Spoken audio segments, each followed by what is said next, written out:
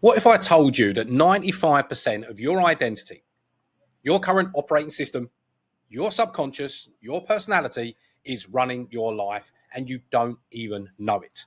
If you're someone that's trying to achieve a goal in life at the moment, whether you're trying to improve your health, wealth, relationships, happiness, grow a business, and you just can't seem to get there, or you make short term progress and you keep having that cycle of feast and famine and ups and downs, this is for you.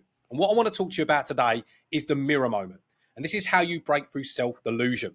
I had a mirror moment several years ago, and it actually helped me build 3 online coaching businesses, 2 six figures, and escape the UK and move and live in the beautiful Mediterranean, where I reside now with my wife and daughter. So by the end of this video, you're going to see with absolute clarity who you are, who created that identity, and why that identity is holding you back from greatness. So let's look at our identity and our conscious and our minds like an iceberg. So we have our conscious identity, which is at the forefront, and we have our unconscious identity, which is the back. And 95% of every action that we take that is created through our beliefs, through our experiences, and through our perception is driving ourselves forward. And you can't change what you can't see. And most people are only aware of their outcomes. They're not aware of their current identity. Look at this example here. So 95% of who you are is unconscious. Only a tiny fraction of your choices are made consciously.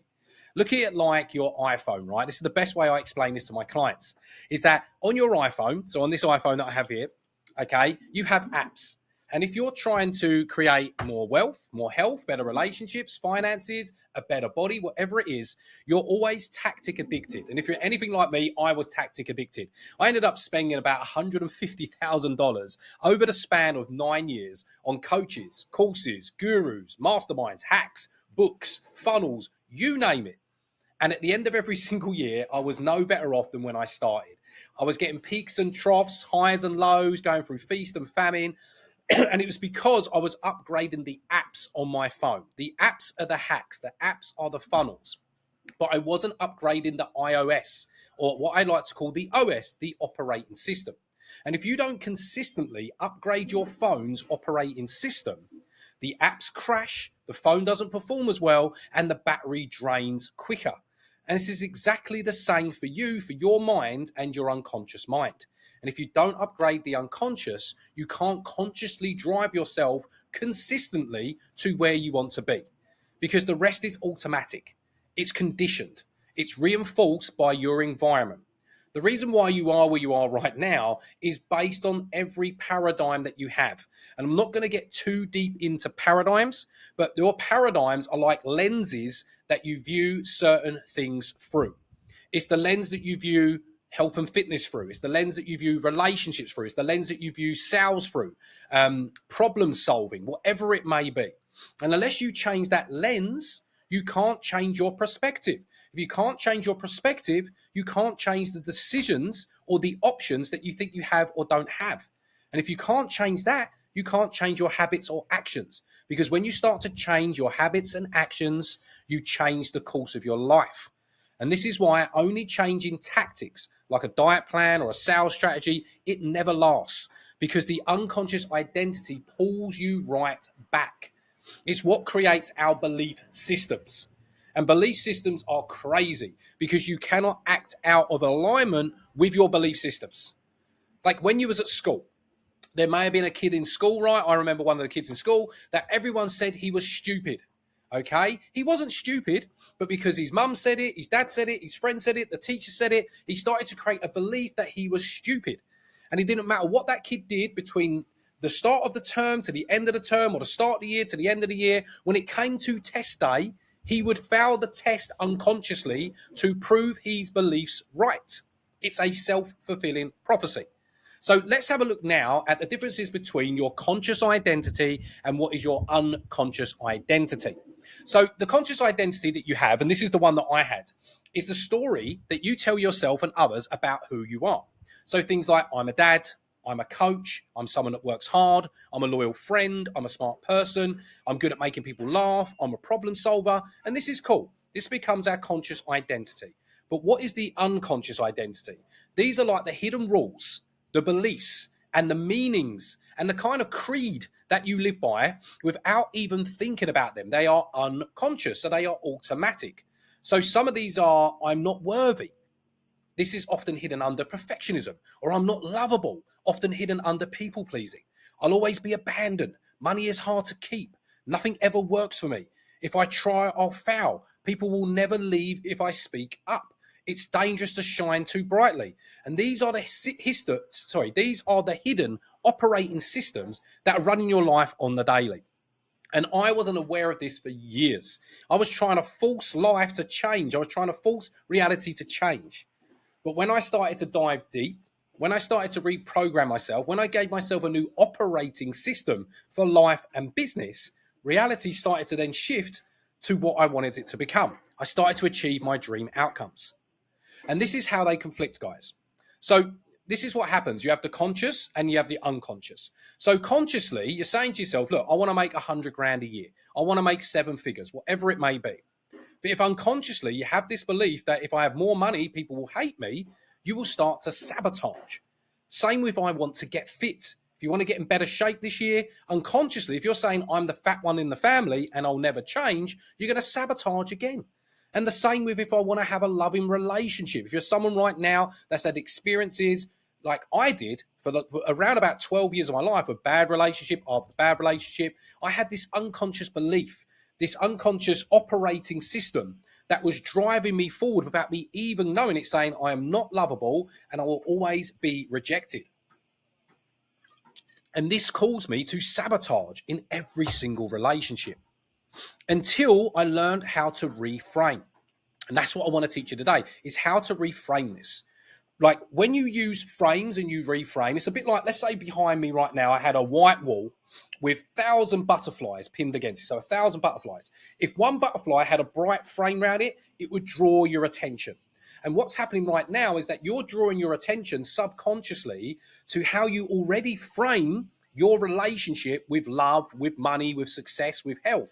And if you can change the frame and put conscious effort and attention on that reframe, you can get a completely different outcome. So let's just say that goal is to make 100 grand a year. If the unconscious pattern is, if I make more money, people will hate me or they may judge me, and I used to think this all the time, the reframe question you want to ask yourself is, who actually benefits when I step into my full earning potential? And for me, it was my wife. For me, it's my daughter. For me, it's my family. My parents are retiring next year. And I live in the Mediterranean. I live in the beautiful island of Crete. And because of this work that I'm teaching you right now, it allowed me to get to where I am right now. And I want my parents to be able to live out here. And because I make enough money, and this isn't a flex, it's just fact, I'm able to supplement their pension so that when they do retire, they can live and reside with us here. So I ask myself the question, who actually benefits when I step into my full earning potential? And then you want to give yourself an empowering truth to install into that subconscious.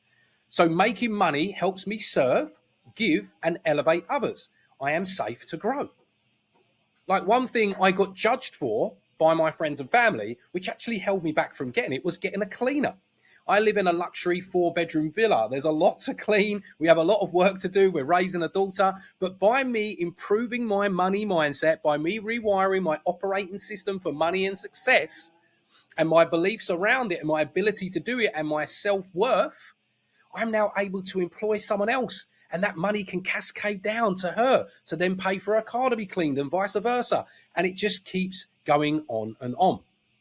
And let's just say you want to get fit and healthy. This is what we spoke about earlier.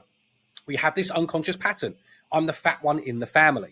This is just who I am. So the question you want to ask yourself is that if you were truly free to choose what identity or habits, what would you design for yourself right now? Like if you was to freely choose, you got rid of the limitations, rid of the fear and the mindset that you have right now, what would you choose to do? And a really empowering truth that you can install is that I'm not my family's story. I can become healthy. I can become the vibrant version of me starting from today. With every breath you take is a chance to start again. I come from a family of high-functioning alcoholics. And funny enough, I spent 10 years of my life, from my early 20s and early 30s, being a high-functioning alcoholic. Most of my family aren't healthy. Most of my family are overweight. Type 2 diabetes runs in the family. There's high rates of cancer. But I made a choice one day to say, well, what would I choose myself if I had the identity that I could choose that's in alignment with being fit and healthy? Because I'm not my family's story. I can become healthy and I can become a vibrant version of myself from today. And this was the same with relationships. I was single for 4 years before meeting my lovely wife. We're actually celebrating our second wedding anniversary this Saturday. We have a beautiful daughter that's just turned 1 year old. And I told myself for years that I'm just going to be the drunk, fun uncle at every party. I'm not worthy of love. I'm not lovable. I'll end up rejected. All of these things were unconscious. And these were based on my experiences through my five senses, through every relationship that I'd been in up until that point when I had the reframe and the turnaround. And I asked myself the question, how could a person with my heart, my loyalty, my passion be completely worthy of love? And I had to then empower myself with a truth, because I am worthy of love exactly as I am. Loving and being loved is safe for me. And also I had to realize the mirror moment, which was the self-reflection, which is everything I wanted in a partner, I had to become first. Because you don't attract or get what you want in life, whether it's health, wealth, relationships, or love, you get back who you are on a consistent basis. So this is how your identity is built. We have beliefs plus the repeated thoughts. These create our self-image. Our self-image creates our habits, and our daily habits create our daily actions, and that creates our outcomes. And it's a tough pill to swallow, guys, but it's extremely empowering, because you are where you are, because that's where you're meant to be, and you have every tool you could possibly need to stay the same. So what do you need to do? You need to put down some tools and discard them and stop using them, and pick up some new tools and repeatedly use them over and over again and get in the reps. Because when you change your beliefs, about yourself, your assumptions about yourself, your assumptions about the world, and you have different thought patterns and different feelings and different emotions, you start to create a different self-image. And that self-image is attached to a different set of habits. When you are fitter, healthier, more attractive, more vibrant, more electric, and then they create your outcomes, because you are living your preferred reality right now. Everything is working out perfectly.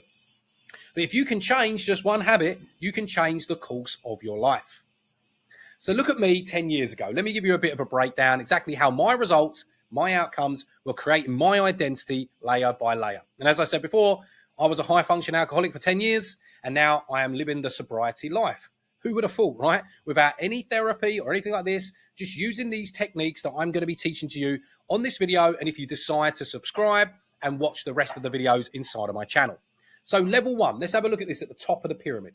So I'd wake up hungover.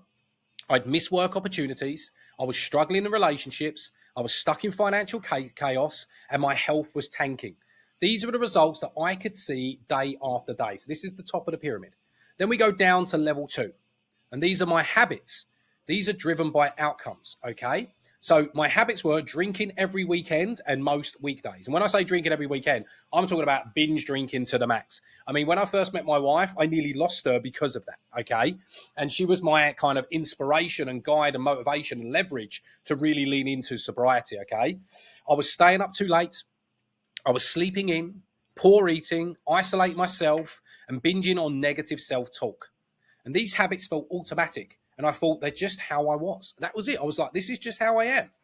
Then we move down to level three, which is the self-image. So these are the driving habits. And if I go back here, you can see here, the beliefs, the thoughts, the self-image, the habits, right? So I hope you're following me with this. So this started to then create my self-image. And this was driven by the habits. So my self-image was, I'm a drinker. I'm a high functioning alcoholic. I'm inconsistent. I'm the guy who always screws things up. I'm the black sheep. I laugh when I say it, because this is what my repeated self-image was. And this was becoming my identity. These were becoming labels that I carried around and the character I believed myself to be.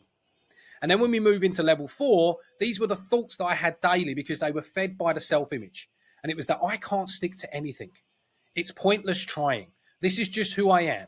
People like me don't change. Like I said before, I'm just going to be the drunk, fun uncle at every party.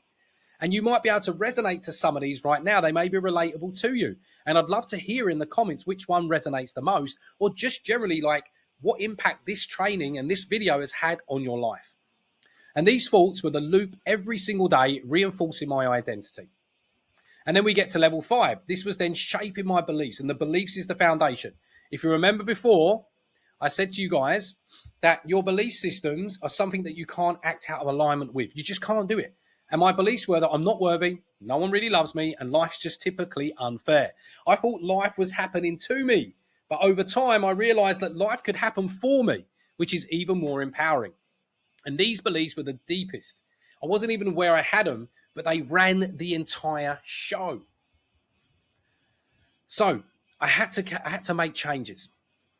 And hopefully this has resonated. And if it hasn't, this is what's keeping you blind. Social conditioning. You are a product of your environment. You are the average of the 5 people that you spend time with. With my social conditioning, I was raised by a single parent. My mother did the best that she could. I was always in and out of different friend groups because I always wanted to seek validation from others, because I had an unloving father and I had terrible accidents as a kid where I was told I wouldn't be fit, strong and healthy, basically escaped death twice. So I ended up becoming a people pleaser. I ended up living for other people's validations and to fit in. And my peer group, was a bunch of people that I would just spend time with on a daily basis. And I changed my habits and I changed my language and I changed my actions to get their approval and just to fit in. And that's how I got into drinking. That's how I got into smoking. That's how I got conditioned to be like, well, this is as far as I can go. It was like a fish tank. Like, I can't get any bigger than this. I was also fearing discomfort. And inside of your comfort zone, nothing good happens. I know it sounds cheesy, but it's the truth. It was the fear of discomfort. And I had to get comfortable being uncomfortable, because nothing in life can be maintained. You're either on a steady growth curve or you're on a steady death curve, whether it comes to your health, wealth, relationships, or yourself. Let's just say, I've got tons of plants in my garden. These plants, I live in the Mediterranean. It's average of 34 degrees most days throughout the summer. If I don't water those plants every single day, they're not going to grow. I can't water those plants for 2 weeks. And then the plant says to me, good job, Russ, I'm okay now for a month. It's like, no, it's going to die. So you have to keep contributing and you have to keep growing. And the way that you do that is getting out of your comfort zone. It's pushing yourself. But you don't have to go from 0 to 100. You just have to go from 0 to 1. And you don't have to be 100% ready at the start. You just have to be 51% ready at the start. Because 50-50 gets us nowhere, but that 1% over, that's the starting point. And if you can just demand 1% more of yourself every single day for the next 100 days, then you will be 100% better, and you will twofold yourself into what I like to call the 2.0 self. The version of you that you know, that you dream about, that you fantasize about, that you romance about, that you think about every Sunday night, that has the habits, that has the standards, the self-image, the actions, the belief systems, and the skills of the version of you that you know can have all of your dreams and all of your desires. But we have to get rid of blame and shame. When we start blaming everyone and everything else for our problems, we then become a victim of circumstance. And I know, watching this, that you don't want to be a victim, right? You want to be the victor. And guess what? When you point this finger, look at these 3 fuckers. They're pointing back at me. So I'm the common denominator. When you start to then realize and say out loud, everything is my fault, it's quite crippling. It's quite scary. But at the same time, it's bloody empowering, because you get to then say, I'm in control. And then when you start to be in control, you've got to get rid of that shame. Look, if you're at rock bottom right now, if you're trying to start a business, a new relationship, whatever it is, shame has no right being in your life. Try new things. Dare to be different. Get out your comfort zone and stop repressing those feelings. Bring in those feelings back into your life, because then you're just living the past in the present every single day. It's about changing the feeling, changing the emotion. And I'll create more videos on this if you want. And this is using the law of reversibility. And the law of reversibility states that if friction can create electricity, then electricity can create friction, right? So if a feeling can create an outcome and you're not happy with that outcome, we can choose a different feeling and change the outcome. And it all starts with feeling. But only We can break the patterns by facing them. And what I would challenge you to do after watching this video, and I'd love to hear your comments below, is give yourself an awareness audit. So maybe go back and re-watch this video, and you're going to audit your current self, no matter how uncomfortable it's going to be. And this is going to be your mirror moment. You're going to audit your beliefs. You're going to audit your character traits. You're going to audit your habits. You're going to audit your standards. You're going to audit your paradigms. And you're going to say to yourself that I am the common denominator for all of my problems, but also all of my solutions. Because as the great Henry Ford once said, whether you think you can do something or you can't do something, you are always right. I've been Russell Grant. I thank you so much for watching, and I'll see you in the next one.